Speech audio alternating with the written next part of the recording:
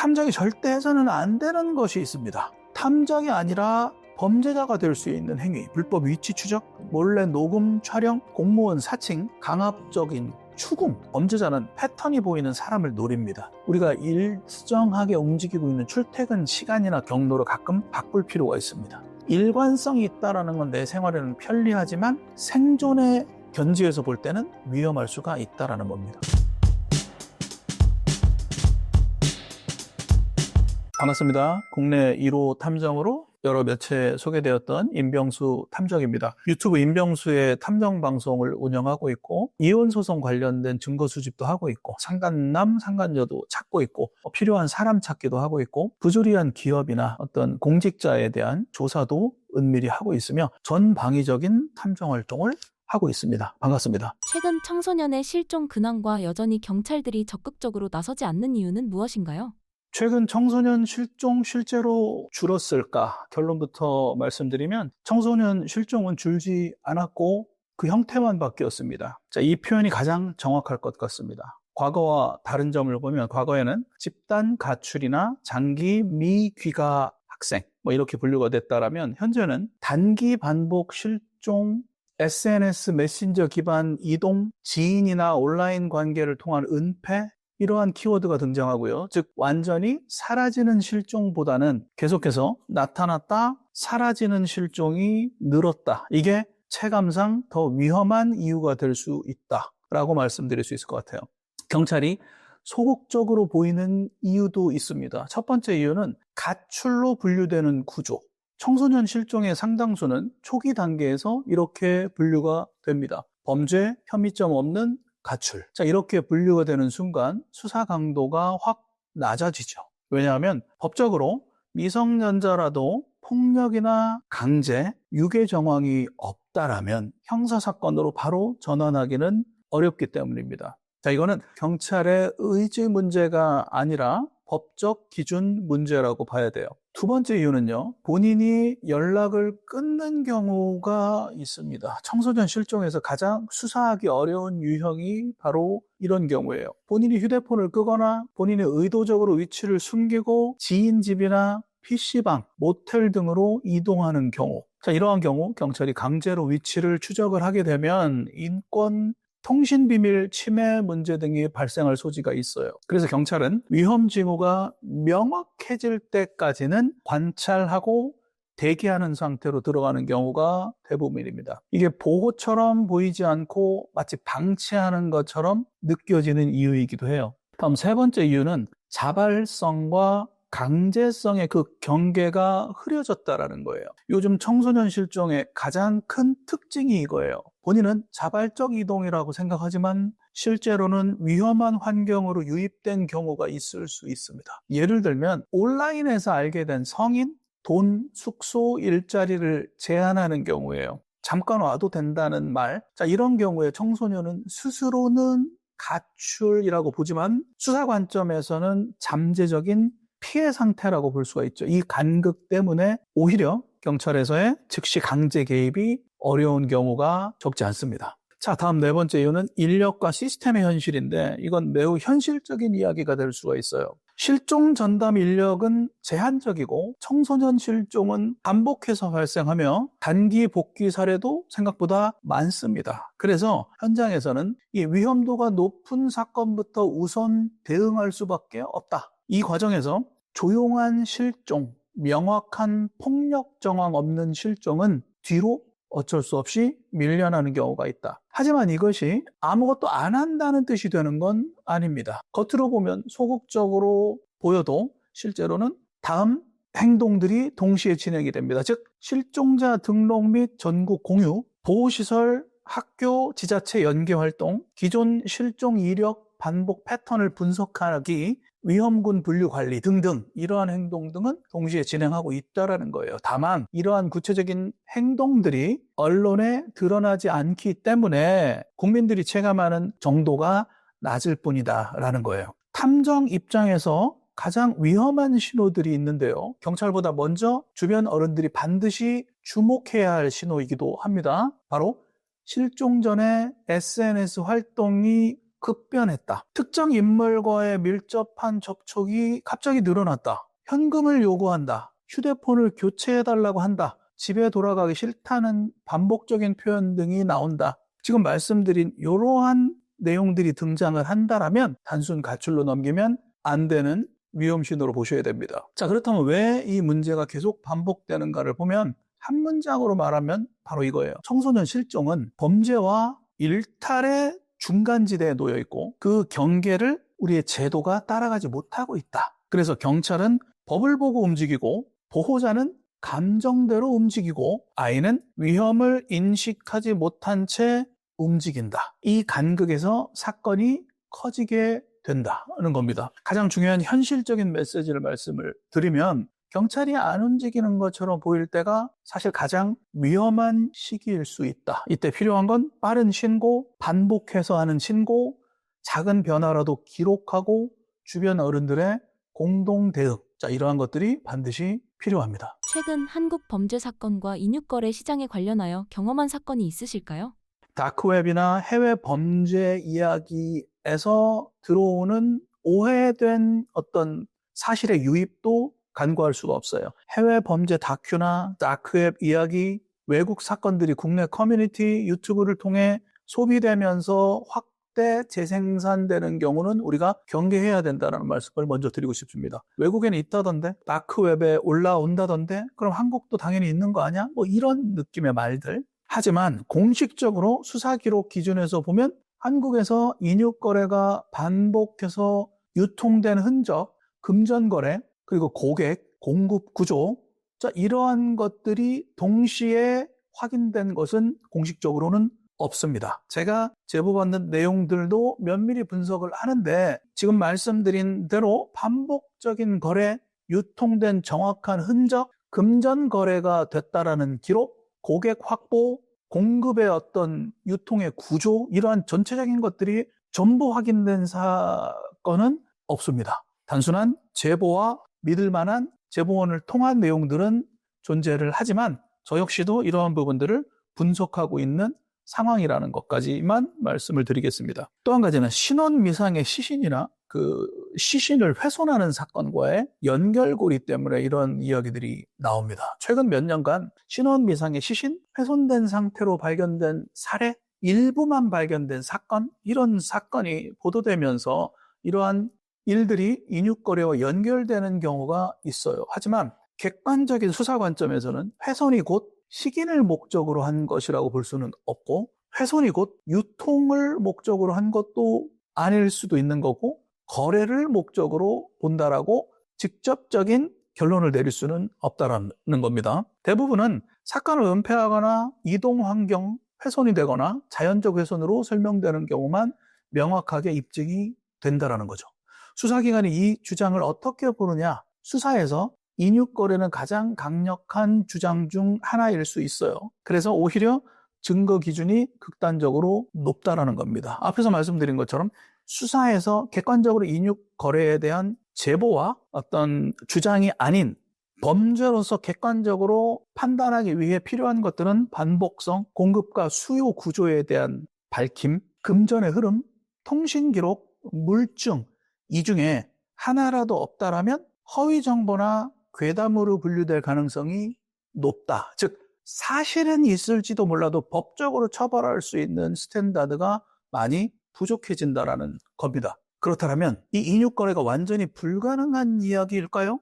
그렇지는 않습니다. 이론적으로 어느 나라든 이러한 사건들은 존재했고요. 실제로 밝혀진 사건들도 많이 있다라는 겁니다. 단 우리나라에서 처벌할 수 있는 객관적인 입증과 그러한 사례는 아직은 없다. 저 역시도 제보받은 내용, 들은 내용을 가지고 조사와 분석 중에 있다라는 것까지 말씀을 드리겠습니다. 서울 도심 치안이 붕괴되어 어둠 속으로 사라지는 한국인들의 최신 납치 정황이 궁금합니다. 자, 먼저 결론부터 말씀드리면 서울 도심 치안이 붕괴돼서 한국인들이 납치돼서 어둠 속으로 사라져 있다라는 표현은 현재까지 사실이다 라고 단정 지을 수는 없다. 서울 도심에서 조직적, 연쇄적 납치가 확실히 증가했다라는 수치가 있는 건 아니다. 경찰, 검찰, 법원 기록상 납치로 확정된 수사 건수는 폭증하고 있다라고는 볼 수는 없다. 즉 어둠 속으로 사라지는 한국인들이라는 흐름은 확인된 통계가 아니라 우리가 느끼는, 체감하는 그러한 결과물이다 라는 말씀입니다. 하지만 아무 문제도 없다라는 말 역시 사실이 아닙니다. 그런 사람들은 왜 납치가 늘고 있다고 느끼는 걸까요? 이건 실제 범죄 증가보다 환경 변화에서 오는 체감의 스탠다드의 원인이 있습니다. 첫 번째, 납치는 늘지 않았지만 실종의 형태가 바뀌었습니다. 최근 서울 도심에서 눈에 띄는 변화가 있습니다. 과거에는 명확한 폭력이나 강제 납치가 눈에 보였다면 지금은 연락 단절형 실종, 자발적 이동처럼 보이는 위험 유인, 자발적 이동처럼 보이는 위험한 그런 요소의 나타남, 유입을 말씀드리는 겁니다. 그 다음 온라인 관계를 통한 오프라인으로의 이동, 즉 끌려간다기보다 스스로 이동했지만 돌아오지 않는 형태가 늘었다는 거예요. 이게 훨씬 더 소름 끼칠 수 있죠. 자, 이건 법적으로도 수사적으로도 납치로 바로 분류하기가 어려운 유형들이 매스컴을 통해서 들려오고 보여주고 있다는 겁니다. 두 번째는 어둠 속으로 사라진다라는 인식이 생기는 구조를 보면 도심의 익명성이 극단적으로 커졌다라는 이야기를 드리고 싶어요.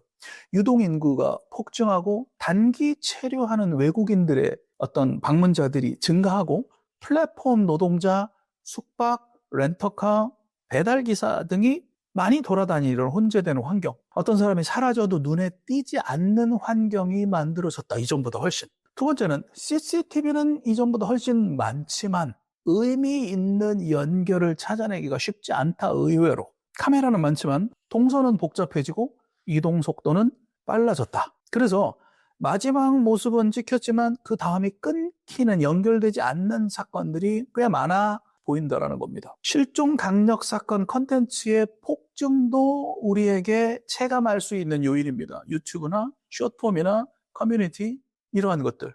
이로 인해서 실제 사건 수보다 사람들이 접하는 빈도가 이전보다 훨씬 많아졌다. 사람의 뇌는 자주 보이면 그 수가 많다라고 판단을 합니다. 자, 그렇다면 실제로 위험한 정황은 없을까요? 있습니다. 납치와는 약간 다른 결을 보여요. 최근 현장에서 주목되는 위험 정황은 첫 번째, 고립형 접근이 있어요. 심야 시간, 대중교통 환승 구간, 번화가와 외딴 공간이 맞닿은 지점, 이건 도시명 범죄의 고전적인 환경 조건이 되죠. 고립형 접근. 두 번째는 관계 위장 접근입니다. 도와주세요. 저와 좀 같이 동행해 주세요. 잠시라도 같이 가주세요.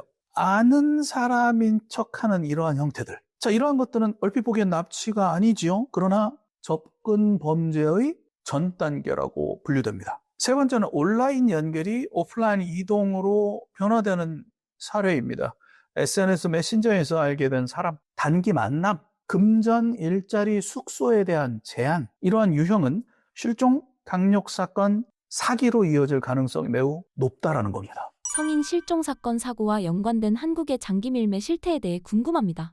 결론부터 말씀드리면 한국 내에서 성인 실종 사건이 조직적인 장기 밀매와 직접 연결됐다라고 국가에서 공식적으로 공표한 바는 없습니다. 한국에서 납치가 돼서 장기가 적출이 되고 유통으로 이어지는 조직적 장기 밀매 범죄가 공식적으로 확인된 바는 없다라는 거예요. 실종 사건 수사 결과가 결국 장기 밀매로 귀결된 판례와 수사 기록도 아직은 없습니다. 다만 의혹은 여전히 많이 제기가 되고 있어요. 그리고 해외 불법 장기 이식 범죄는 우리에게 정말 많이 들려옵니다. 그리고 한국에서도 마찬가지지만 연계되어 있는 브로커형 범죄, 그리고 사기 인신매매와 같은 사건들은 이 한국인도 직간접적으로 연루되어 있거나 피해자가 된 사례가 적지 않다라는 겁니다. 그렇다면 왜 성인 실종과 장기 밀매가 합쳐진 이야기가 계속 나오는 걸까요? 자, 이건 실제 범죄보다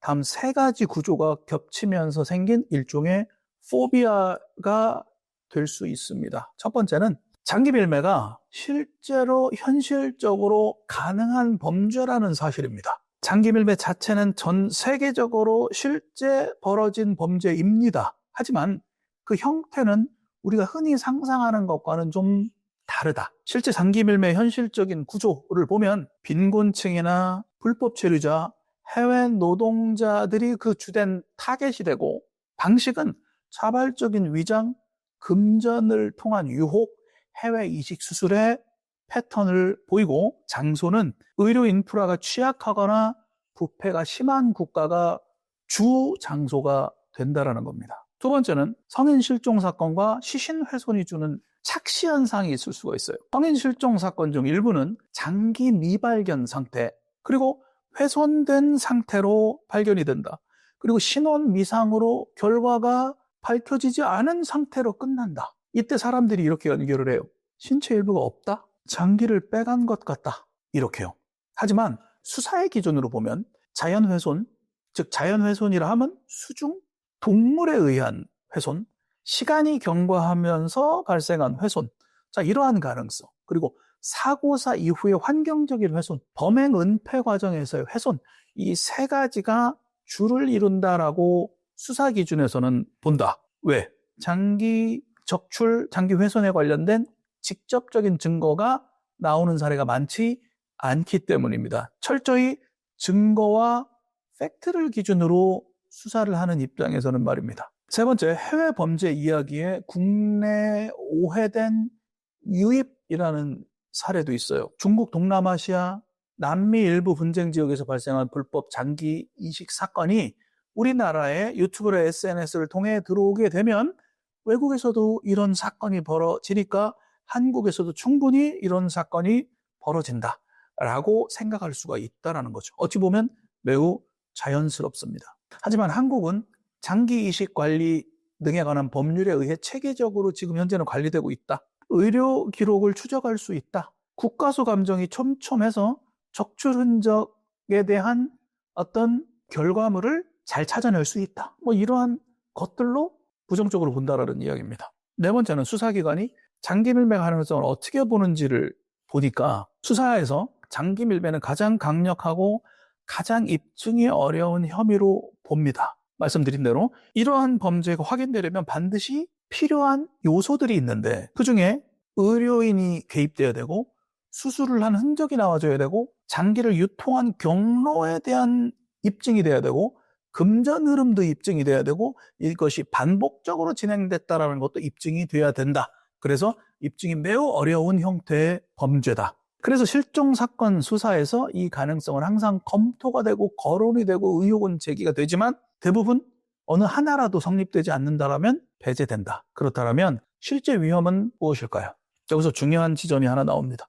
위험이 장기 밀매는 아니지만 사고, 범죄, 인신매매 등은 현실적인 위험이다라는 겁니다. 성인 실종과 연결되는 실제 위험한 상황, 사기 조직에 의한 이동, 불법 노동 착취, 성착취, 해외 취업 사기, 범죄 연루 후 은폐, 이 영역들입니다. 이 영역들은 실종으로 시작해서 돌아오지 못하는 사건이 실제로 존재한다라는 것을 말해줍니다. 국내 탐정 활동 범위와 잔혹 범죄의 은폐 실태에 대해 궁금합니다. 자, 첫 번째 먼저 짚어야 할 전제입니다. 한국에는 형사권을 가진 탐정은 없습니다. 국내에서 흔히 말하는 탐정은 수사권, 강제권을 가진 존재가 아니에요. 즉 체포도 할 수 없고 압수수색도 할 수 없고 도청이나 해킹할 수 없고 개인정보 불법 수집도 안 됩니다. 탐정은 경찰을 대신하는 존재가 아니라 의뢰인의 합법적 정보 정리자라고 볼 수가 있어요. 국내 탐정이 합법적 활동 범위를 할 수 있는 영역은 다음과 같습니다. 실종, 가출 관련 사실조사, 공개 정보에 기반한 동선을 정리하고 지인, 주변 관계 사실을 확인하고 제보를 취합해서 정리하는 일. 그 다음 민사가사 영역에서 보면 외도나 위자료 관련 증거 수집을 합법적인 범위 안에서 하는 일. 재산 은닉 정황 정리, 채무 사기와 관련 사실조사. 세 번째, 관련 분석과 정리를 보면 이미 발생한 사건의 시간 순서를 재구성하거나 모순점을 정리하거나 의문시 되는 지점을 문서화하거나 이런 내용들입니다. 핵심은 수사가 아니라 사실 정리에 있다는 겁니다. 탐정이 절대 해서는 안 되는 것이 있습니다. 탐정이 아니라 범죄자가 될 수 있는 행위, 불법 위치 추적, 몰래 녹음 촬영, 통신 계정 해킹, 공무원 사칭, 강압적인 추궁. 그래서 정상적인 탐정 활동은 늘 답답해 보일 정도로 조심스럽습니다. 고로 오히려 높은 스킬이 필요한 영역이기도 합니다. 자, 그럼 잔혹범죄는 어떻게 은폐되는지를 설명드려 보겠습니다. 방법이 아니라 구조 중심으로 설명드리겠습니다. 대부분의 잔혹범죄는 처음부터 완벽하게 숨기려고 발생하지는 않아요. 은폐는 계획이 아니라 사건 이후의 선택이라는 겁니다. 잔혹범죄 은폐의 대표적인 구조를 보면 첫 번째, 사고, 실족, 극단적인 선택으로 보이게 만들기. 이게 가장 흔한 은폐 구조입니다. 외상이 설명 가능한 환경, 주변에 목격자가 없는 장소, 그럴 수도 있다는 상황 연출, 세 가지입니다. 그래서 초기에는 범죄가 아닌 변사로 분류가 되는 경우가 많아요. 두 번째는 실종 상태로 시간을 끄는 구조입니다. 시신 발견 지연, 신원 확인 지연, 가족 지인의 혼란, 이 세 가지를 통해 시간이 어느 정도 지나고 나면 증거에 대한 소실, 기억이 왜곡되는 일, 대중의 관심이 감소하는 일들이 벌어집니다. 은폐의 핵심은 완벽함이 아니라 지연입니다. 세 번째, 장소를 분산시키는 구조입니다. 발생 장소가 곧 발견 장소는 아니다. 마지막 동선이 불명확하다. CCTV의 연결이 끊어져 있다. 이 세 가지 구조가 되면 수사는 급격히 미궁 속으로 빠집니다. 자, 왜 잔혹범죄는 초기에 드러나지 않을까요? 많은 사람들이 이렇게 생각합니다. 저 정도면 바로 범죄로 알았을 텐데. 하지만 현실은 달라요. 초동 정보는 늘 부족하고 외형은 이게 범죄인지 사고인지 구분이 어렵고 명확한 증거가 없으면 범죄로 단정할 수가 없다라는 이유들. 그래서 잔혹범죄의 상당수는 시간이 어느 정도 지난 뒤에 비로소 재분류가 됩니다. 그렇다면 탐정이 이 지점에서 할 수 있는 역할은 뭘까요? 탐정의 역할은요, 범인을 잡는 것이 아닙니다. 탐정이 기여할 수 있는 부분을 말씀드리겠습니다. 실종, 사망, 전후의 이상 징후에 대한 팩트 정리, 주변 진술인들의 이야기에 관련된 모순을 비교 정리하는 것, 공공기록, 시간 흐름의 논리를 검증하는 일, 그래서 가족이 놓친 의문 포인트를 정리해서 문서화하는 일. 자, 이 자료가 경찰 수사에 중요한 보조 자료로 작동하는 케이스들은 꽤 많습니다. 잔혹범죄 은폐 실태에서 가장 무서운 점은 은폐가 특별한 범죄자가 아니라 평범한 환경에서도 가능하다는 점입니다. 사람이 적은 곳, 구조가 복잡한 곳, 설명 가능한 사고로 위장하기 쉬운 곳, 이 세 가지가 만나는 지점에서 범죄는 오래 숨을 수가 있습니다. 그래서 우리가 가져야 할 현실적인 인식은요, 탐정은 만능이 아니다. 모든 의문이 범죄는 또 아니다. 그러나 모든 설명되지 않는 부분은 그렇다고 그냥 넘겨서도 되는 것 또한 아니다. 라는 인식이 필요합니다. 의심이 아니라 오히려 기록이 중요합니다. 한 문장으로 정리하면 탐정은 범죄를 해결하는 사람이 아니라 범죄가 묻히지 않도록 사실을 남기는 사람이다입니다. 그리고 잔혹범죄의 은폐는 대부분 치밀해서가 아니라 환경과 시간에 기대서 이루어진다는 것이 가장 받아들이기 불편한 현실입니다. 최근 고도화된 범죄로 차량을 이용한 납치 및 살인 사건은 어떤 것이 있을까요? 차량은요, 이동수단이 아니라 범죄 공간이 되었습니다. 최근 몇 년간 강력범죄를 분석을 해보니 공통적으로 등장하는 키워드가 하나 있어요. 바로 자동차, 차량입니다. 과거에는 차량이 범행 후 도주를 위한 수단이었는데 지금은 점점 범행 그 자체가 이루어지는 공간으로 바뀌어가고 있습니다. 왜 범죄자들은 차량을 이용할까요? 사건 현장에서 느끼는 가장 큰 변화는 바로 이겁니다. CCTV 목격을 피하기가 좋다. 실내 공간, 외부 시야 차단, 짧은 시간 안에 위치 변경 가능입니다. 특히 냉동탑차, 승합차처럼 외부에서 내부가 잘 보이지 않는 차량은 범죄자 입장에서 이동식 밀폐 범죄 공간이 될 수 있다라는 첫 번째 이유입니다. 두 번째는 납치, 감금, 이동을 한 번에 해결할 수 있다. 과거에는 유인해서 이동시켜서 감금했다면 지금은 접근해서 탑승시키고 이동시킨다. 라는 절차로 바뀌었습니다. 이 한 번에 이루어지는 구조가 많아졌다라는 거예요. 그래서 찰나의 사건이 벌어진다. 최근 실제로 문제되는 차량 관련 사건 유형을 보면은요, 첫 번째 냉동 탑차 관련 미스테리에 대한 의뢰인데 채널에서도 제가 말씀을 드렸고 가장 많이 반복되는 키워드 중 하나입니다. 바로 냉동 탑차입니다. 이 유형의 공통점은 이렇습니다. 특정 지역에서 반복적으로 목격자가 제보를 합니다. 정차 후에 오래 머무르거나 인적이 드문 시간대에 골목이나 공터를 반복적으로 출입합니다. 번호판, 차량 정보가 식별되지 않는 차들이 등장을 합니다. 자, 여기서 중요한 건 대부분의 냉동탑차는 사실 정상적인 생계 차량입니다. 하지만 일부 사건에서는 이런 차량이 의심 정황의 배경으로 등장해서 불안감을 키우는 것 또한 사실입니다. 그래서 이러한 부분은 실제 범죄와 괴담이 가장 많이 섞이는 지점이 됩니다. 두 번째는 승합차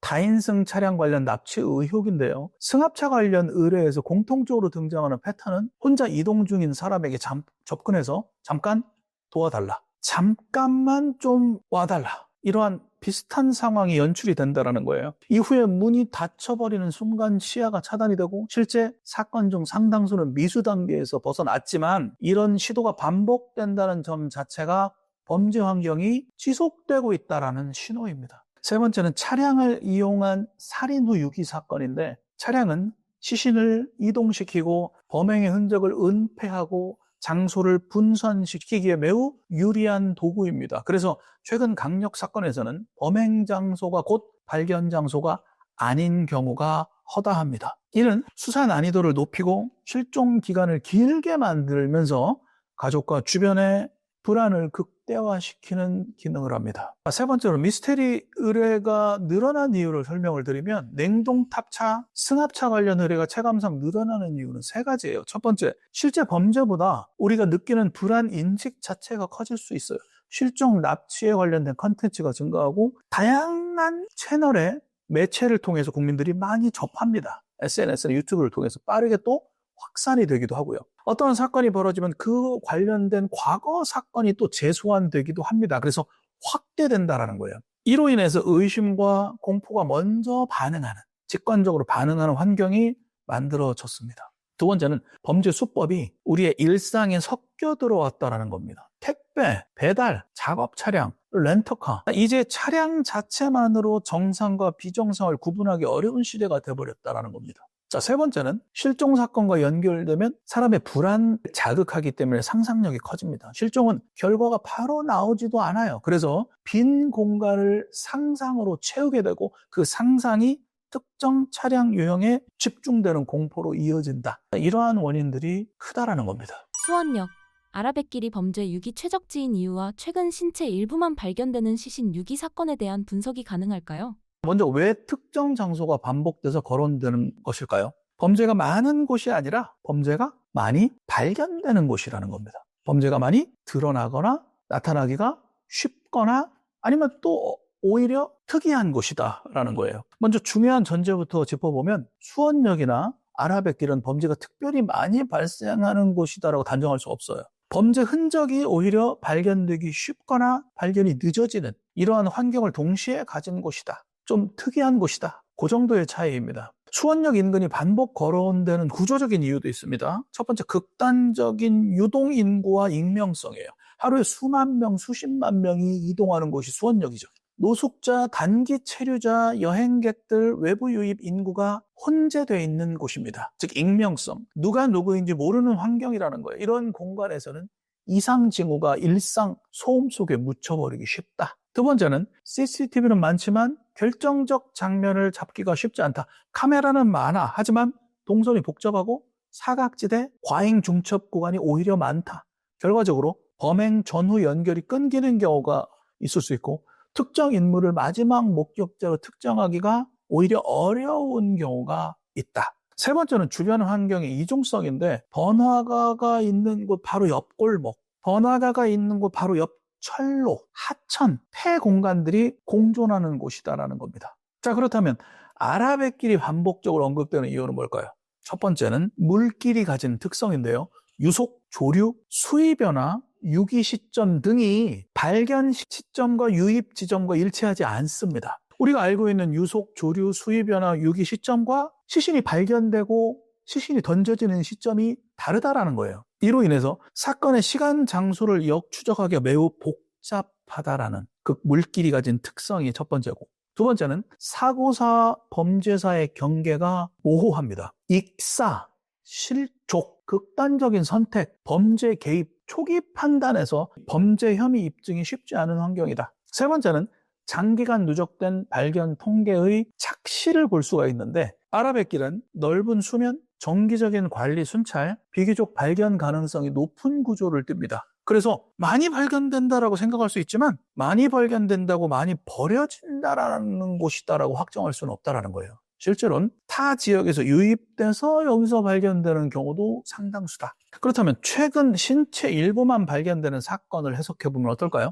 먼저 분명히 할 점은 신체 일부가 발견됐다라고 해서 잔혹범죄다, 또 어떤 특정한 범죄다라고 확정하기에는 쉽지가 않다. 자연적으로 훼손됐을 수도 있고, 수중 환경에 의해 변화됐을 수도 있고, 시간이 경과되면서 부패됐을 수도 있다.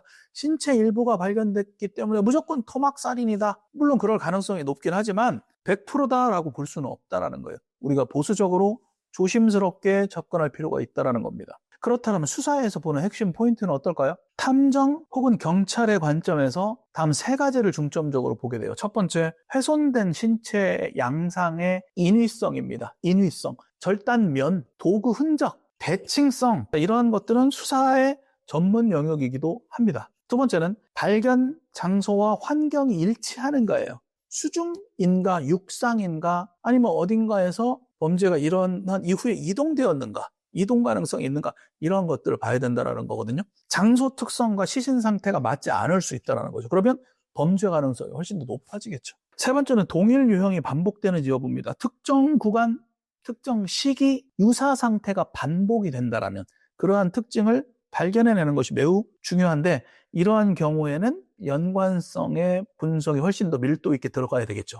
자, 그렇다면 왜 이런 사건들이 괴담으로 번지기 쉬운가? 실종자가 많고 결과가 늦게 나오고 설명이 제한적이기 때문에 이러한 공백을 우리의 상상과 어떠한 소문과 SNS를 통한 이러한 것들로 채워줄 수 있다는 거예요. 하지만 이 탐정의 관점에서 보면 연쇄적인 범죄보다 연결되지 않은 사건이 연결돼 보이는 착시, 이러한 것들을 우리는 훨씬 경계해야 된다라는 말씀까지 드리고 싶습니다. 생존을 위한 필수 기술은 어떤 것이 있을까요? 생존을 위한 필수 기술, 강해지는 기술이 아니라 살아남는 기술입니다. 생존 기술은 싸우는 법이 아니라 위험을 만나지 않는 법을 터득하고 위험을 느꼈을 때 빠져나오는 법을 연마하는 겁니다. 첫 번째, 위험을 먼저 감지하는 능력. 사실 이 능력이 가장 중요한 생존 기술입니다. 생존은 대응보다는 감지에서 결정됩니다. 이상한 느낌을 무시하지 않는 일, 설명이 안 되는 이 불편함을 내가 컨디션이 좀 안 좋아서 그런가 이렇게 합리화하지 않는 행동, 이 두 가지가 매우 중요합니다. 실제 사건을 보면 피해자 대부분이 이렇게 말을 해요. 그때 이상하다고 느꼈는데 내가 그때 괜히 예민한 것 같아서 그냥 지나쳤어, 이런 말들 합니다. 직감은 여러분 근거가 없는 감정이 아니라 뇌가 먼저 위험을 계산한 결과입니다. 직감은 근거 없는 감정이 아니에요. 이 느낌, 이 직감은 나도 모르게 뇌가 먼저 이 위험 신호를 인지하고 계산해서 보내는 결과물의 신호입니다. 일상 동선을 숨기는 습관에 대해서 말씀드리겠습니다. 범죄자는 패턴이 보이는 사람을 노립니다. 꼭 지켜야 할 습관을 말씀드리면, 우리가 일정하게 움직이고 있는 출퇴근 시간이나 경로를 가끔 바꿀 필요가 있습니다. SNS에 실시간의 위치를 업로드하는 거를 지양하시기 바랍니다. 단골 장소라도 항상 같은 자리, 같은 동선은 피하시길 바랍니다. 일관성이 있다는 건 내 생활에는 편리하지만 생존의 견지에서 볼 때는 위험할 수가 있다는 겁니다. 세 번째는 거절을 망설이지 마십시오. 많은 위험은 그 예의 때문에, 매너 때문에 시작되는 경우가 있어요. 도와달라는 요청, 잠깐만 같이 가달라는 부탁, 미안하다는 말, 여기에서 생존 기술의 핵심 문장은 하나가 있습니다. 싫다는 말을 즉시 하십시오. 설명할 필요도 없고 정당화할 필요도 없습니다. 여러분들의 생존을 위한 것이니까요.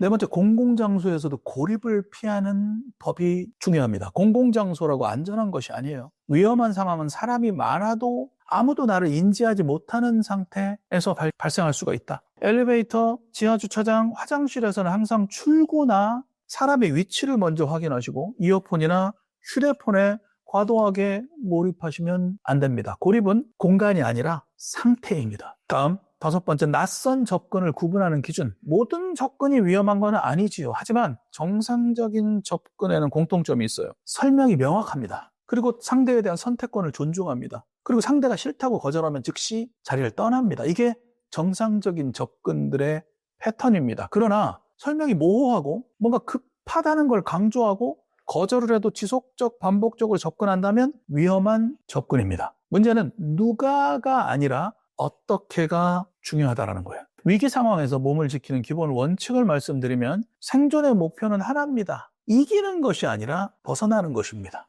맞서 싸우지 않는 것입니다. 도망치는 건 비겁한 것이 아니고 소리 지르는 건 가장 강력한 무기입니다. 시간을 벌고 거리를 만들고 시선을 끌어야 합니다. 7번째, 디지털 생존 기술은 현대인들의 필수 요소입니다. 이제 생존은 오프라인만의 문제가 아니에요. 위치 공유 앱을 상시 점검을 하시고 출처가 불분명한 링크는 절대 클릭하지 마시고 택배 고객센터를 사칭하는 전화는 즉시 차단하시기 바랍니다. 정보가 새는 순간 여러분의 동선도 새나갑니다. 도움 요청 기술을 추가적으로 말씀드리면 위험할 때 막연히 도와주세요 라고 요청하는 것보다 좀 구체적으로 하시길 바랍니다. 누구 좀 도와주세요 이거보다 거기 검은옷 입으신 분 경찰 좀 불러주세요. 사람은 책임이 명확해질 때 더 빨리 움직이게 돼 있어요. 그렇기 때문에 구체적으로 요청을 하시길 바랍니다. 구체적인 대상을 특정해서. 생존 기술의 마지막 핵심은요. 생존 기술 연습을 할수록 위험을 만날 확률이 줄어드니까 연습을 하십시오. 위험을 피하는 순간, 위험을 피하는 습관, 즉시 거절하는 태도, 나의 안 좋은 불길한 직감을 존중하는 태도와 판단. 자, 이런 것들이 쌓이면 여러분들에게 나쁜 가능성을 낮춰줄 것입니다. 전 국민이 가장 궁금해하는 부산 신혼부부 실종 사건의 전말에 대해 궁금합니다. 전민근이라는 신랑과 최성희라는 신부, 이 두 부부는 2015년 11월 결혼한 신혼부부입니다. 최성희 씨는 2016년 5월 27일 밤 10시쯤 마트에서 물건을 산 후에 집에 들어왔고 남편 전민근 씨는 5시간 후 새벽 3시에 퇴근해서 집에 들어온 것이 CCTV를 통해 확인됩니다. 전민근이 동업자가 운영하던 식당으로 직접 찾아갔고 동업자는 5월 28일 이후로 전민근이 식당에 나오지 않았다고 합니다. 최성희의 직장 동료는 29일에 최성희와 통화를 시도하였으나 전민근이 대신 전화를 받았고 최성희가 당분간 출근하지 못한다는 말만 전해 듣습니다. 둘이 들어간 CCTV 내역은 있지만 나오는 CCTV 내역이 없다. 지금까지 이 부부는 실종 상태입니다. 가족은 5월 31일 경찰에 실종 신고를 하고 경찰은 아파트 CCTV를 분석합니다. 부부가 집으로 들어오는 장면은 확인했지만 나가는 장면이 전혀 없어요. 아파트 내부, 주차장, 출입구 등 여러 곳을 CCTV를 모두 확보해서 분석했지만 없어요. 부부의 차가 주차장에 그대로 주차되어 있는 상태인데 사람만 없어졌습니다. 아파트 계단으로 이동했다면 아파트 내부 CCTV에 찍히지 않을 수가 없는데 그리고 집도 외부인이 침입한 흔적도 없고 다툼의 흔적도 없고 전혀 평소처럼 깨끗합니다. 범죄에 대한 가능성을 열어두고 현장 감식을 했으나 DNA 샘플 채취 및 혈액 반응에서도 특이점이 없어요. 차가 방치되어 있었기 때문에 대중교통을 이용했을 가능성도 있으니까 버스터미널이나 철도역 주변의 CCTV 모두 조사했지만 발견되지 않습니다. 부부가 살던 아파트는 오래된 아파트이긴 하지만 총 22개의 CCTV가 충분히 있었고 아파트 비상계단 입구에는 CCTV는 줌이 되지 않고 화질이 좋지 않아 밤에 움직일 경우 찍히지 않는 경우도 있기는 하지만 이 CCTV의 사각지들을 골라서 나가는 방법은 매우 어려웠다라고 합니다. 부부가 만약 나갔다면 상당히 복잡한 CCTV 사각지대 동선을 어떻게 알아냈는지 쉽지 않다라는 거예요. 단지 이것이 우연인지 또 왜 이렇게 복잡하게 나갔어야만 했는지 의문이다. 즉 CCTV를 피해서 나가는 거 쉽지 않다라는 겁니다. 실종 이후에 5월 30일, 3일 후에 연극 배우였던 신부 최성희 씨는 일하던 극단에 문자를 보내요. 제 상태로는 공연을 하기 힘들 것 같습니다. 지난번처럼 사고를 쳐서 또 병원에 입원했습니다. 이런 식으로 공연에 대해서 피해를 드려 죄송합니다. 지금 한동안 어떤 연락도 받지 못할 것 같습니다. 죄송합니다. 이렇게 문자를 보내. 근데 극단 대표가 이상하게 생각합니다. 최성희 씨가 매우 평소에 성실했고 갑작스럽게 공연을 펑크내는 사람도 아니었고 평소와 다른 딱딱한 어투가 이 사람 같지가 않았고 해요, 그래요 라는 말을 쓰는 사람이 하십시오 이런 식으로 문자를 보냈다라는 거예요. 이건 최성희 씨가 보낸 게 아닌 것 같다 라는 판단을 하는 거죠.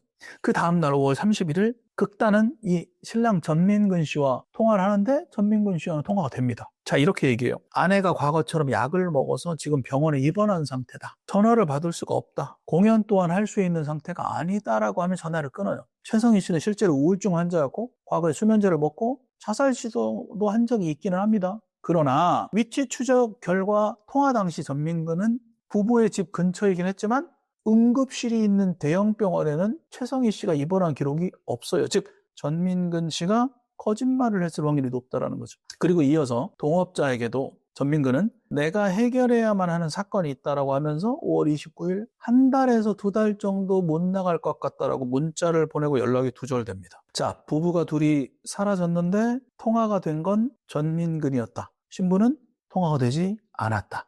휴대폰 위치 추적을 합니다. 전민근의 휴대전화 신호는 6월 2일 오전 9시 부산 기장군의 교리라는 곳에 위치한 버스 정류장에서 마지막으로 잡히고 최성희 씨의 휴대폰 신호는 같은 날 오후 밤 10시경 서울 천호동 인근에서 마지막으로 잡혔는데 이 천호동은 신랑 전민근의 어머니 임씨의 집입니다. 즉 전민근 씨의 엄마, 이 실종된 신부 최성희 씨의 시어머니 집에서 마지막으로 잡혔다라는 거예요. 거기서 꺼졌다. 자, 친정은 어떨까요? 실종된 딸을 애타게 찾아 나선 최성희 씨의 부모와는 달리 신랑 전민근의 부모는 그다지 적극적이지 않은 태도를 보였고 전민근의 아버지 그리고 계모인 어머니는 아들의 실종 이후 다른 곳으로 이사를 가버립니다. 반대로 최성희 씨의 어머니는 실종신고 사실을 모르고 있어요. 즉 알리지도 않았다는 거죠. 딸이 계속 연락이 두절되자 6월 5일 위치 추적을 해보려고 했는데 이미 5일 전 실종신고가 되어 있던 상태였고 최성희의 친정 가족들이 이에 대해 항의를 하니까 시댁에서는 돌아올 테니 기다려보자 이렇게 무책임한 대답만 했다라는 겁니다. 자, 여기서 유력 용의자인 내연녀 장 씨가 등장합니다. 전민근의 고등학생 시절 첫사랑이었고 고등학생 시절에도 서로 만나고 헤어지길 반복한 상대였고 하지만 집안의 반대로 헤어졌습니다. 결국 2004년 다른 남자와 결혼을 합니다. 이 장 씨가. 전민근의 지인들의 말을 들어보면 이 장 씨 가명 장미진 씨와 통화할 용도로 세컨폰을 새로 개통해서 갖고 있을 정도였고 둘은 몇 시간씩 통화를 했다라고 하고 이 휴대전화는 부부의 실종과 함께 동시에 사라졌다고 합니다. 장미진은 결혼 이후에도 전민근과 외도 행각을 했고 결혼한 지 한 달 반 만에 자신의 첫 번째 남편과 이혼을 합니다. 결혼 한 달 반 만에 이혼했다고 했으니까 이 사건이 일어난 실종 사건이 일어난 대략 10년 전쯤에 이혼을 했다라는 거예요. 장미진은 두 번째 결혼을 합니다. 그리고 2014년 노르웨이로 떠나는데 두 번째 결혼 이후에도 남편 전민근과 관계가 지속됩니다. 2015년 3월 5일 노르웨이에서 장미진의 어린 딸이 사망하는 사건이 벌어지는데 그 이후에 이 내연녀 장미진은 냉동 기술을 이용해 딸을 되살릴 것이다. 내 인생은 너 때문에 망가졌다 등 앞뒤가 안 맞는 내용의 장문의 문자를 보내오기 시작했다고 합니다. 전민근과 최성희에게 계속 전민근과의 결혼을 인정할 수 없다는 협박적인 내용을 보내기도 하고 최성희는 결혼 전 장미진에게 살해 협박을 받아서 이를 전민근의 아버지에게 알리기까지 했고 불안 증세로 정신과도 다니기 시작했습니다. 개명도 하고 전화번호를 바꾸기도 하고 곧 그랬지만 바꾼 전화로 어김없이 전화가 오기도 했다. 그런데 이 내연녀 장미진의 오빠는 또 다른 이야기를 해요. 전민근과의 연락이 2015년 10월이 마지막이었다. 그리고 오히려 전민근에게서 종종 연락이 왔고 전민근이 오히려 내 동생을 즉 장미진을 만나주지 않으면 죽이겠다. 해코지하겠다면서 협박했다. 전민근이 장미진이 머물던 부산의 원룸에 찾아와 목을 조른 적도 있다. 라고 전혀 상반되는 주장을 하기 시작합니다. 어쨌든 둘의 관계는 매우 오래 지속되었다. 그리고 사라진 신부 최성희 씨를 오랫동안 협박했다. 그 결혼을 인정하지 않는다라는 말도 내뱉었다. 장미진의 사건 당시 행적도 의심을 사기에 충분합니다. 부부 실종 직전에 한국에 들어와요. 그리고 실종 직후에 다시 출국합니다. 예정되어 있던 출국 일정보다 2주나 당겨서 한국을 떠납니다. 그것도 한국 체류 중에 가족이나 지인에게 자신이 귀국했다는 연락도 일절하지 않고 조용히 들어왔던 거예요, 한국에. 거기에 장미진은 한국에 다시 들어왔을 때 자신의 친모에게 아프리카 여행을 가겠다면서 현금 1,000만 원을 받은 다음에 찜질방, 모텔 등을 이용하면서 기거를 하는데 추적이 불가능하도록 현금만 사용합니다. 카드를 단 한 번도 사용하지 않습니다. 이러한 문제들 때문에 이 장미진이 청부살인을 사주한 게 아니냐라는 주장이 제기됩니다. 장미진과 남편은 수사당국이 조사를 하니까 이사를 가버려요. 2016년 8월경 노르웨이 현지에서 변호사를 선임한 후 12월경에는 아예 노르웨이에서도 숨어버립니다. 자, 이 사건을 수사하던 부산 남부경찰서는 2017년 3월 인터폴에 적색 수배 발령을 요청합니다. 8월 노르웨이에서 장미진을 검거했다고까지 발표합니다. 외교부와 법무부의 협조하에 범죄인 인도 절차를 진행 중이라고도 합니다. 체포영장이 발부돼서 송환되는 대로 구속수사할 방침이라고도 이야기해요. 그러나 2019년 노르웨이 법원에서 용의자 장미진을 피의자로 특정할 만한 직접적인 증거가 부족하다. 한국 정부 즉 법무부의 범죄인 인도 청구에 불승인 결정을 내립니다. 이로써 부산 신혼부부 실종 사건은 현재까지 영구미제 사건으로 남아있어요. 범인은 장미진이 맞을까요? 범인은 누구일까요? 이들은 그날 밤 어떻게 건물을 빠져나갔을까요? 사건 당시 CCTV 사각지대가 많긴 하지만 옛날 아파트도 장비도 그 정도면 충분히 많이 있었다라는 거고, 아까 말씀드린 대로 사각지대가 많이 있지만 굳이 사각지대를 피해서 나가는 것도 어렵고, 또 응급실에 입원하지도 않았는데 입원했다라고 신랑이 거짓말한 것도 이상하고, 또 이 장미진의 행적이 너무너무 이상하다. 그런 상태입니다. 유력 용의자 장 씨의 용의선상과 수사가 난항이었던 한국 경찰의 한계는 말씀드린 대로 노르웨이 법원과 수사당국에서 의심만으로 이 자유민주주의 국가인 노르웨이에서 사생활을 침해해서 진행할 수가 없다, 불허한다 라는 환경에 한국 경찰이 난항을 겪을 수밖에 없었다. 결국 부산 신혼부부 실종 사건은 영구 미지 사건이 됐습니다. 범인은 누구일까요, 여러분? 제주도에서 일어난 범죄 현황에 대해 궁금합니다. 제주 올레길 살인사건은 2012년 7월 12일 제주특별자치도 올레 1길에서 40대 여성 관광객이 이 지역 주민인 강성익 당시 45세 남자에게 살해당한 사건이에요. 2012년 7월 12일 피해자는 올레 1길에서 관광 도중에 실종이 됩니다. 그리고 8일 후 7월 20일 만장굴 일대의 버스 정류장에서 피해자의 신체 일부와 운동화 등이 발견돼요.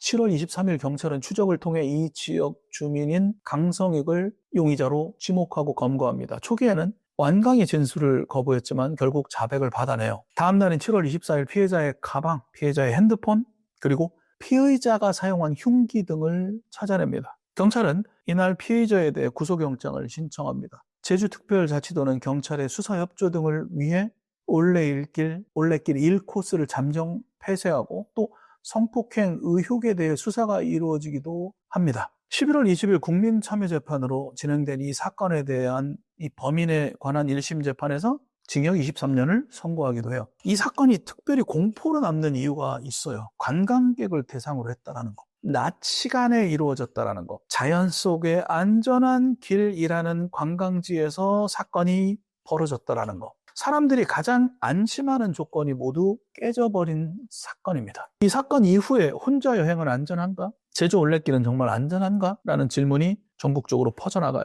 범인은 계획적인 연쇄범이 아니라 기회범죄에 가까운 유형이었고 그 점이 오히려 공포를 만들어냈습니다. 특별한 사람만 조심하면 되는 게 아니라 누구나 피해자가 될 수 있다는 메시지를 남겼기 때문이에요. 제주 범죄가 더 크게 기억되는 구조적 이유가 있어요. 제주 범죄가 유독 크게 느껴지는 이유는 범죄의 잔혹성 때문만은 아니에요. 그 이유는 첫 번째, 섬이라는 폐쇄성, 도망치기가 어렵다. 수색 범위가 좀 한정적이다. 주민 간 소문 확산이 빠르다. 이러한 이유. 두 번째는 관광지 이미지와의 괴리, 힐링과 범죄가 충돌되는 상황이죠. 안전하다고 믿었던 공간에서의 사건이라는 거예요. 세 번째는 외지인 여행객 요소인데 가해자 혹은 피해자가 외부인인 경우 그 지역에 대한 불안이 증폭될 수가 있다는 겁니다. 그렇다면 제주도 범죄 현황은 지금 어떨까요? 중요한 점은 이겁니다. 제주도의 강력 범죄 발생률이 전국 평균보다 높다라고 보지는 않아요. 다만 관광객이 증가하고 1인 여행이 증가하고 외국인 또는 외지인 유입이 늘어나면서 우발적인 범죄 가능성은 늘 상존하고 있다는 거. 즉 위험한 지역이라기보다는 방심하기 쉬운 복잡한 지역이다라고 표현하는 게 훨씬 더 정확할 것 같습니다. 제주도에서 일어나는 많은 범죄에 최근 제주도로 많이 유입된 중국인이 개입되었을 가능성이 있나요? 제주도에서 발생한 다수의 강력 범죄가 중국인 유입 때문에 늘었다라는 구체적인 통계나 수사는 아직 나와 있지 않습니다. 왜? 중국인 무비자 입국 자체가 시행된 지가 얼마 안 됐기 때문일 수도 있겠죠. 어쨌든 객관적인 통계 자료는 아직 나와 있지는 않다. 그렇다면 왜 이런 의문이 계속 나올까요? 구조적인 이유가 있을 수 있죠. 첫 번째, 실제로 있었던 몇몇 사건들이 강력한 인상을 줍니다. 중국 국적의 가해자가 연루된 강력 사건이 몇 차례 실제로 발생이 되면서 발생 관광지라는 특성상 사건 하나하나가 전국 뉴스에 크게 보도가 됐다는 겁니다. 소수의 사건이 대표 사례처럼 기억될 수 있는 구조적인 이유.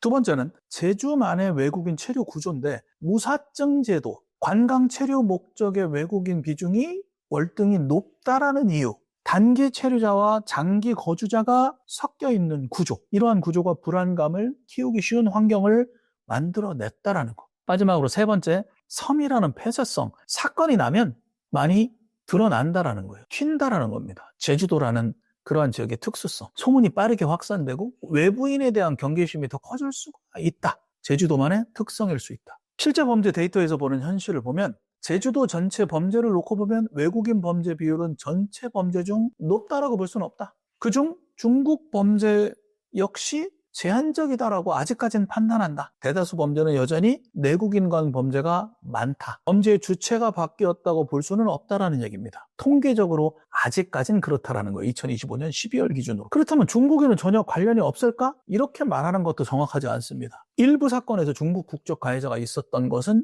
사실입니다. 그리고 특히 우발적인 폭력이나 음주 상태에서의 갈등, 개인 간의 분쟁, 같은 사건에서 외국인 가해자가 포함된 사례는 많이 있어 왔습니다. 그러나 많이 있어 왔다, 존재한다 라는 말이 이 모든 사건의 주된 원인이다라고까지는 볼 수는 없다라는 단서를 단다라는 겁니다. 탐정의 시선에서 보는 진짜 변수는 범죄 증가를 설명하는 핵심 요소를 보면 국적이 아니라 바로 관광객, 단기 체류자가 증가했다라는 거. 서로 모르는 사람들끼리의 마찰이 증가하고 일회성 관계가 많아지면서 책임감이 낮아지는 그런 이유 첫 번째 하나. 두 번째, 1인 여행, 1인 생활이 증가하기 때문에 혼자 이동하고 외부 도움의 어떤 네트워크가 약해지고 혼자 움직이기 때문에 표적이 쉽다라는 두 번째 이유.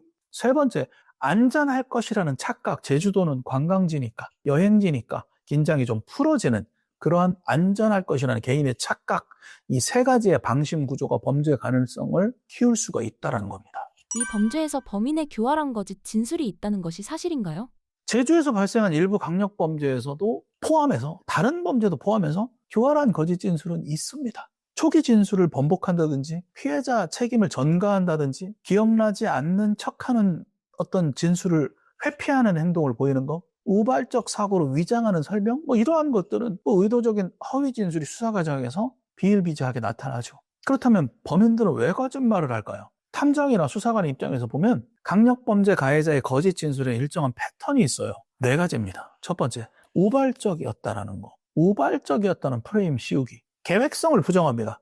순간적인 감정을 폭발했다라고 주장하고 그 책임을 축소하려는 목적을 보입니다. 두 번째는 피해자에게 책임을 전가하는 일. 먼저 다가왔다. 위험한 행동을 먼저 했다. 오해가 있었다. 세 번째는 기억 상실이나 혼란을 주장하기도 합니다. 술에 취해 기억이 안 난다.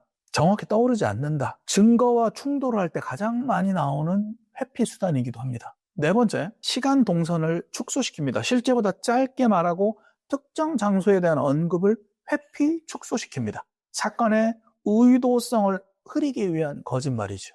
쿠팡 개인정보 유출 사건의 전말에 대해 궁금합니다. 쿠팡 개인정보 유출 사건의 전말을 보면 내 정보가 도대체 어디까지 빠져나갔고 내 자산, 내 돈은 정말 피해 입지 않을 만큼 안전한가? 이게 핵심입니다. 탐정님, 쿠팡 개인정보 유출됐다는데 그럼 카드 정보도 털린 거 아닌가요? 이런 질문합니다. 결제 피해가 나오는 거 아닌가요? 이 불안은 당연히 이상한 게 아니죠. 이런 질문들은. 쿠팡은 이제 쇼핑몰이 아니라 우리의 삶의 일상 인프라에 가깝게 돼버렸기 때문이에요. 주소가 있죠? 결제 수단이 저장돼 있습니다. 구매 패턴이 저장돼 있고 집에 언제 어떤 사람이 있는지도 유추할 수 있는 그러한 공간이 쿠팡이에요. 그래서 오늘은 공포를 키울 수밖에 없는 이런 사건인데 이 공포를 키우는 게 아니라 정확히 이해하는 이야기를 좀 해보고 싶습니다. 첫 번째, 쿠팡 개인정보 유출 사건 정확히 무슨 일이었을까요? 먼저 사건의 뼈대를 보면 외부 해커가 무작위로 서버를 뚫는 전형적인 해킹 사건이 아니에요. 현재까지 공개된 수사 정황을 보면 내부 시스템 접근 권한, 액세스 토큰이 악용되었다라는 겁니다. 그게 가장 유력한 이유로 거론되고 있어요. 보안벽을 부셨다기보다는 이 들어올 수 있는 열쇠가 그냥 열려 있었다. 이 열쇠를 오용했다, 잘못 활용했다, 악용했다, 들락날락했다 이렇게 판단하는 사건이에요. 그렇다면 두 번째, 어떤 정보가 유출되었냐? 문제가 된 정보는 다음과 같은 개인 식별 정보인데 이름, 전화번호, 주소, 이메일 주소, 그리고 일부 구매 내역입니다. 이 정보만 보면 이걸로 뭘 할 수 있지 생각할 수가 있지만, 자, 이건 사람에게 범죄를 저지르는, 즉 속이기에 가장 필수적인 개인정보의 묶음입니다. 세 번째, 시청자가 가장 궁금해하는 질문이에요. 결제 정보, 카드 정보가 유출됐나요? 이 부분은 중요하고 정확해야 됩니다. 현재까지 공식적으로 확인된 바에 따르면 신용카드 번호, 계좌번호, 카드 비밀번호, 결제 인증 정보 같은 직접적인 결제 정보가 외부로 유출됐다라는 증거는 아직 없어요. 쿠팡 서버가 뚫려서 카드 번호가 통째로 빠져나갔다, 이런 건 현재로서는 아직 확인된 얘기는 아니다. 그래서 당장 카드를 해지해야 될 상황이라고는 볼 수 없다. 자, 그런데 왜 금전 피해 가능성이 계속 나오는 걸까요? 여기서 많은 분들이 놓치는 포인트가 있는데, 금전 피해가 결제 정보가 유출됐을 때만 생기는 게 아니라는 거예요. 실제 피해 사례의 상당수는 사람을 속여서 스스로 정보를 넘기게 하는 사기수법을 쓰기 때문에, 이러한 시작점이 바로 아까 말씀드린 기본적인 개인정보 유출이라는 거고, 이 개인적인 정보를 가지고 범죄를 착수한다라는 개념입니다. 실제로 가능한 사기 구조를 보면, 범죄자 입장에서 보면 구조가 간단해요. 이 사람의 이름을 알고 있죠, 전화번호 알고 있죠, 주소 알고 있죠, 쿠팡을 이용한다는 사실까지 알고 있다면 가장 쉽게 어떤 걸 할 수 있을까요? 쿠팡을 사칭하겠죠. 고객님 쿠팡 주문건 중 결제 오류가 확인됐습니다. 배송 과정에서 문제가 발생해서 확인이 필요합니다. 이때 상대가 내 이름도 정확히 부르고 내 정보를 정확히 알고 있고, 그렇다면 이거 진짜 쿠팡 같은데라고 생각할 수가 있다는 거예요. 피해는 대부분 아주 조용히 발생을 하겠죠. 문자에 있는 링크를 누르고 가짜 로그인 페이지에 들어가게 되고, 인증번호 입력하고 카드 정보 입력하고, 이때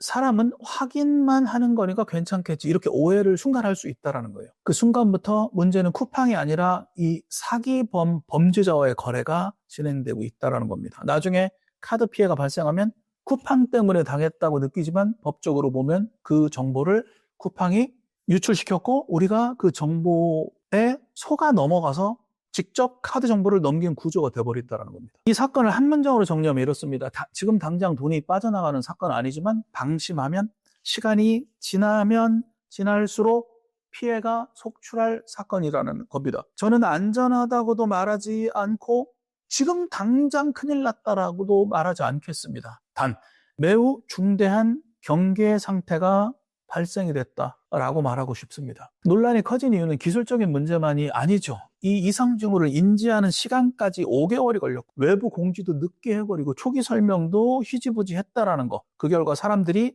뭔가 숨기고 있는 게 아닌가? 결제 정보도 유출된 거 아니야? 이건 뭐 위기의 커뮤니케이션의 공백에서 발생한 중차대한 사건이었다라는 거예요.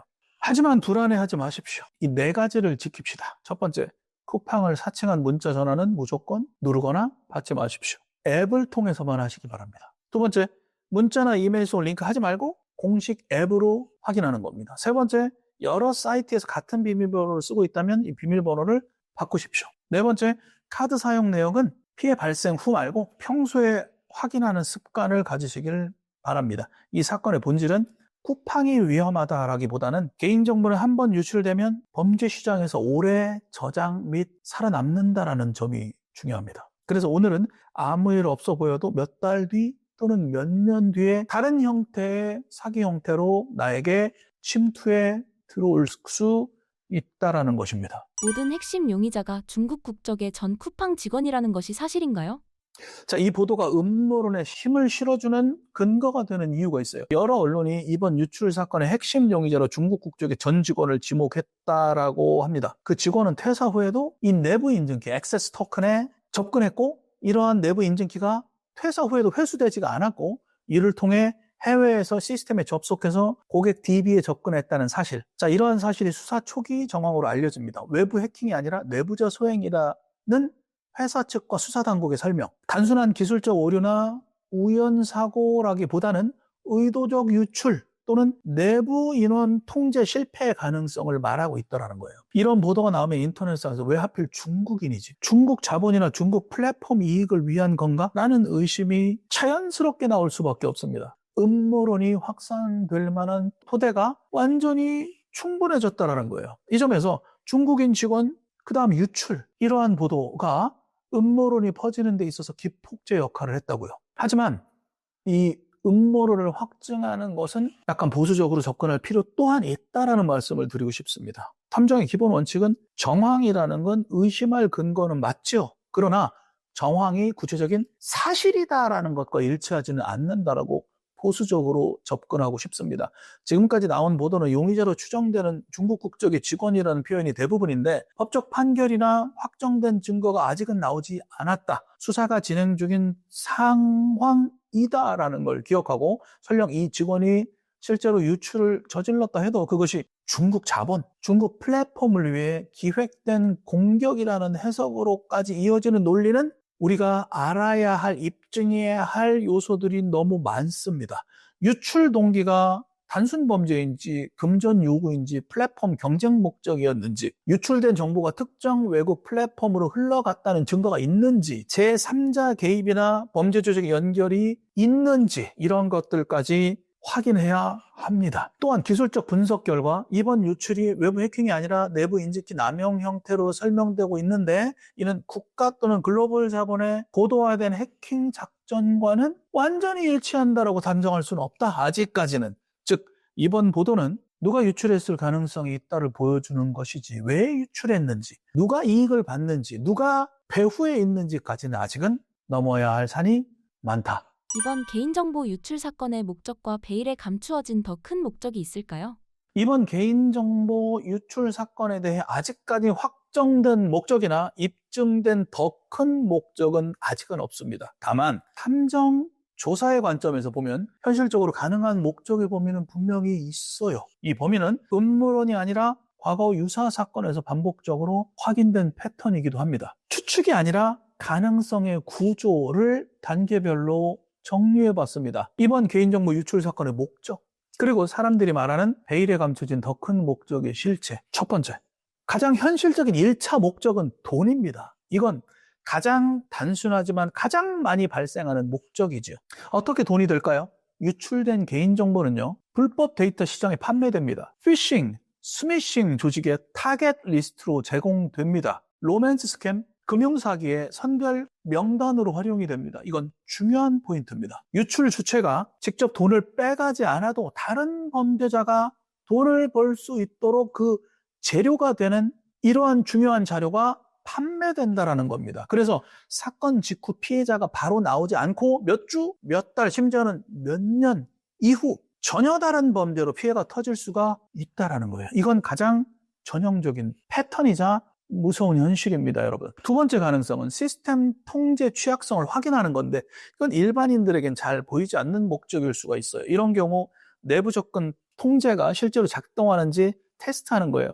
로그 감사 체계가 어디까지 추적하는지를 확인하고 이 권한 회수, 퇴사자 관리가 허술한지를 점검하는 겁니다. 이 목적은 반드시 거대 조직이나 국가 단위일 필요는 없고 향후 범죄를 위한 사전 정찰 정도로 이해하시면 좋을 것 같습니다. 더 중요한 점은 모든 취약성 확인이 더 큰 공격으로 바로 이루어지지는 않는다라는 겁니다. 세 번째 가능성입니다. 장기적 2차 범죄를 위한 포석. 이게 사람들이 말하는 베일에 감춰진 더 큰 목적과 가장 가까운 영역이 될 수가 있어요. 당장 눈에 띄는 피해가 없을 수 있죠. 데이터가 조용히 보관될 수 있죠. 시간이 지나 다른 사건과 결합되어 사용될 수가 있습니다. 예를 들면 신원 도용, 계정 탈취의 기초 자료가 되고 특정 집단을 노린 정밀한 사기에 악용될 수 있다는 겁니다. 흔히 떠도는 거대한 음모에 대해 여기서 반드시 선을 그어야 될 필요는 있다. 특정 국가 차원의 대규모 공작, 사회 통제, 정치 목적, 국민에 대한 금융 시스템 붕괴, 자, 이러한 것들.